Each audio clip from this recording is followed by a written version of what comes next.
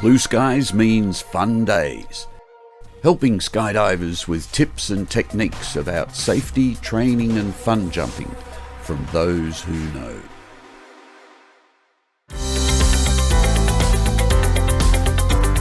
Hi, I'm Robbie McMillan. I've been jumping for 32 years and as Pablo Hernandez would always say, I've been swooping since swooping began. So I've been swooping a while.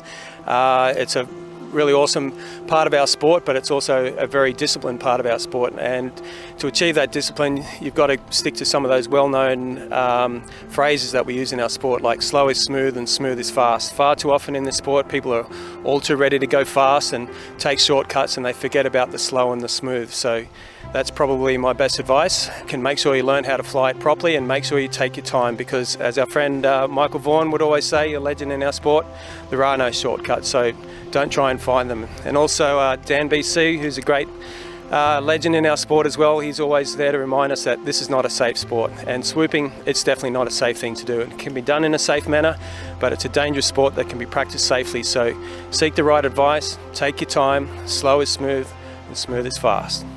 Hi, my name is Miles Cotman. I've been jumping for 13 years, started out here in Australia and move around the world a fair bit jumping. Hi, my name's Glenn Farrell. I've been jumping on and off for 30 years this year and I really love swooping now. I'm Richo Healy, but most of you probably know me as Richo Butts. I've been skydiving 7 years, swooping 5. That's about it. Sean Haysom, I've been skydiving for about 11 years, working in the industry for about 8, and I love it.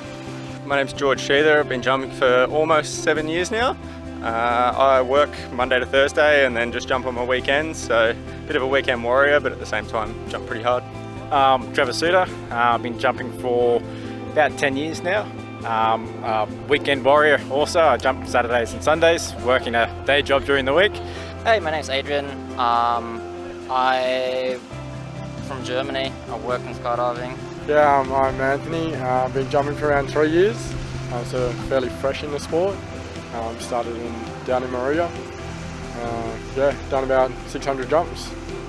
My name is Felix. I work at Sydney Skydivers as an instructor. I've been jumping for about 26 years ago. I did my first jump. I've been working in the industry about 8 years now, and swooping is what I love to do. My name is Unsung Baek from South Korea, and I've been jumping in Picton for 11 years, and that's whole my skydiving career. I learn here, and then I just keep jumping here. My name's Putz, and I've been skydiving for about 20 years now. I compete in canopy piloting and just love flying parachutes. So my name's Jimmy Cooper. I've been skydiving for almost 12 years now. Got about 5,000 skydives, and I learned to jump down at Skydive Oz at Maruya. My name is Bo, and I'm a firefighter. That's my job, but I love swooping and flying my parachutes. I've been skydiving since 2010. Didn't start swooping until probably 2014, 15, and then did my first comp. Actually, I caught up Angry Wolf, and I said, I want to get better at swooping. What do I do? And he said, come to nationals, hang around the people that are doing it. So I did that in 2017. I got the bug, and I haven't really looked back since.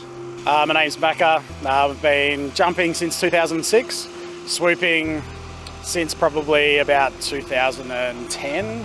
First cross brace in 2011, and got into CP in 2016. It's Jared Matthews. I'm a drop zone kid, growing up around the drop zone. Did my first jump when I was 16.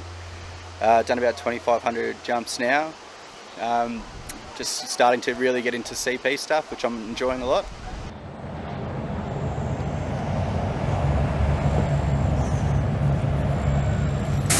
What keeps me motivated in swooping, I just love the feeling, the challenge. I find it's quite technical, and I think that appeals to me. What keeps me going with swooping is like just a progression, like working on little bits and pieces and seeing like the outcome of it. That's what keeps me going. Trying to stay out of the pond, stay dry. Yeah. It's pretty cold when you get wet. Other than that, just the progression, like how far you can go. My goal is world champ at some point. That'd be nice. The speed, I think, and the tight judgment calls, and I don't know, making 9 scores and having fun. Up until this morning, my biggest goal was be Australian champion, so that's going all right.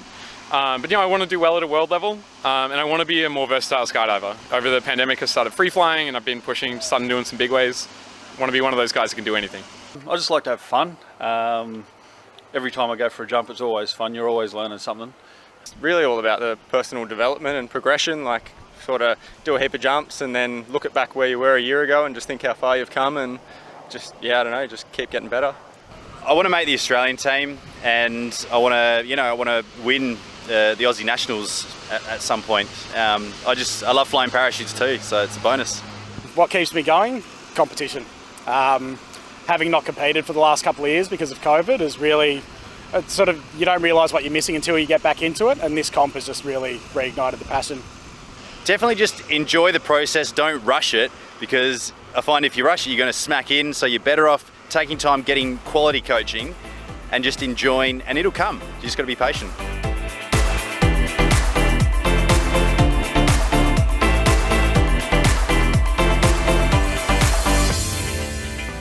I'd like to represent Australia on the world stage one day, maybe next year or the year after. And if I can get a medal in World Champs, that'll be mega.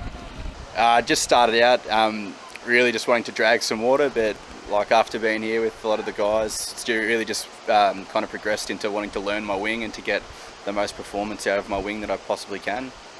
My goal, I'll become a world champion at some point. Swooping is absolutely fun. Then I found that I just want to start to compete a couple of years ago, and then I got in my first competition at New South Wales meet, and I had really fun, but I didn't achieve like anything. So I've just been practice for the last 2 years, and I'll attempt it again, and I think I got really good results. I'm part of Team Focus, which is a vertical formation skydiving team. We're currently third in the world, which is pretty good standings. We're obviously going to try and go for gold at the next World Parachuting Championships. And what motivates me, I think, to skydive and to continue skydiving is the community aspect that it has, and you can sort of involve yourself with. There's such a diverse range of people who go skydiving, and it's just a great community. Biggest achievement so far is the oceanic record that I picked up in South Africa in 2019. Getting a sub-2 score through the speed course there was pretty unreal, and going that fast through the course is just absolutely mind-boggling. I guess I just got my greatest achievement. I got a gold medal in zone accuracy in the most uncurrent conditions I've had. Definitely my greatest achievement, and what I'd like to aspire to in the future is definitely world champion at some point. There's a lot of training before that, but I'm on the road. Just chasing people that are better than me, just trying to get as good as I can.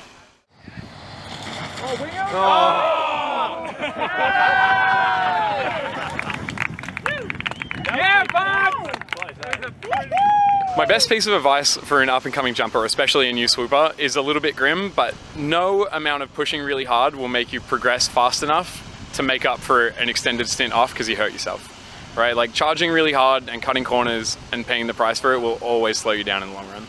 I think in general there's a lot of advice out there in skydiving. You sort of have to look for someone you want to emulate that's doing things safely and ask them for advice rather than take all the advice you get from every angle.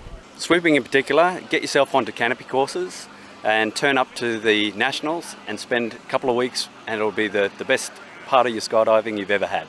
I would say to a new jumper, just enjoy the journey. The improvement is the fun part, getting better at it. Coaching is exactly where it is at.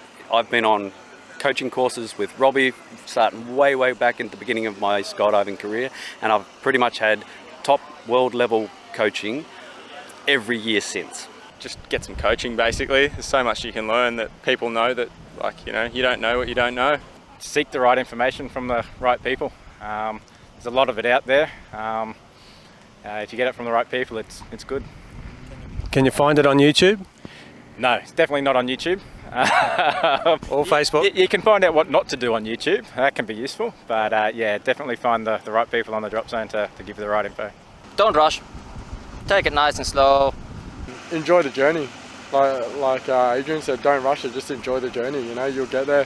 There's so many different ways you can get to the end result. But yeah, just enjoy the time and the good time when you get there. What about YouTube? Do you think they should learn this stuff on YouTube? 100% best advice out there. What do you really mean? talk to your, like, don't learn on YouTube, don't learn on the internet, talk to the people at your drop zone, talk to your local canopy coaches. Yeah, that's the best way to progress for sure. Take it easy and get coaching. So I'm still getting coaching at the moment. There's always like someone better than you that can offer advice, even if it's just from an outside perspective to see what you are doing or what you can improve on. Yeah, there's always areas for improvement. Take it easy, don't rush it. Get coaching as much as you can. I still get coaching these days.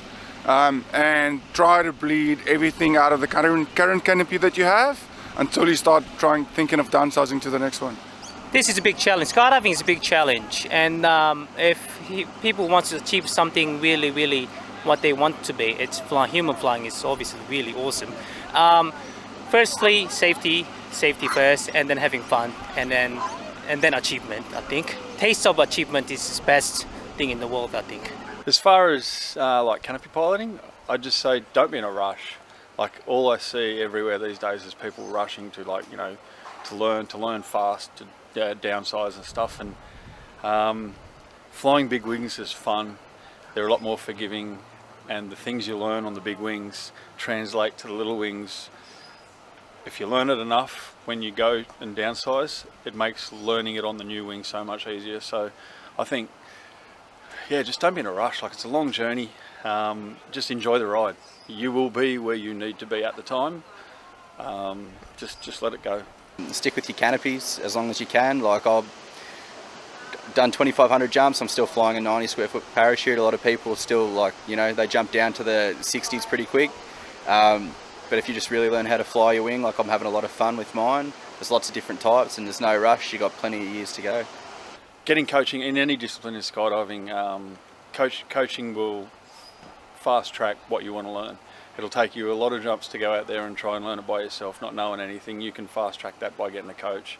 Find a coach that works with you too. Like, you won't gel with every coach, but there's obviously around here there's a lot of different coaches on offer for canopy piloting, for free flying, for whatever. So yeah, look for coaching. Coaching is definitely a number one, but again, make sure you gel with that coach and you're on the same page, and it'll make learning not only good, but it'll make it fun as well. Obviously take things slow. When it comes to learning anything new, you want to probably find yourself a mentor, someone who you can work pretty closely with, or if you can't, I guess the next best thing is going for a coach.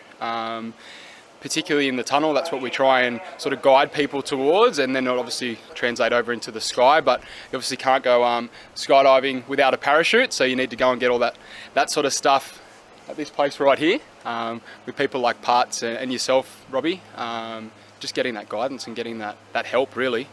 For me, coaching at the point where I'm at is kind of, I think it's more of a reminder for me to do the little things that I forget.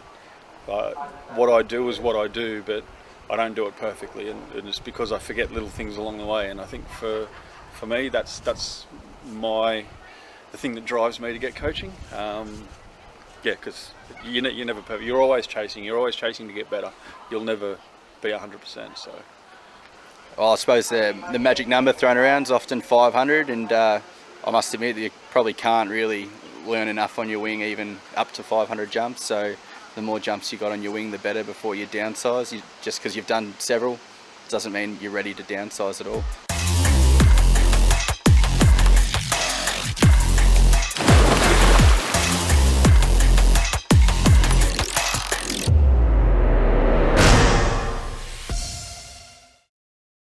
For more tips and techniques, click subscribe.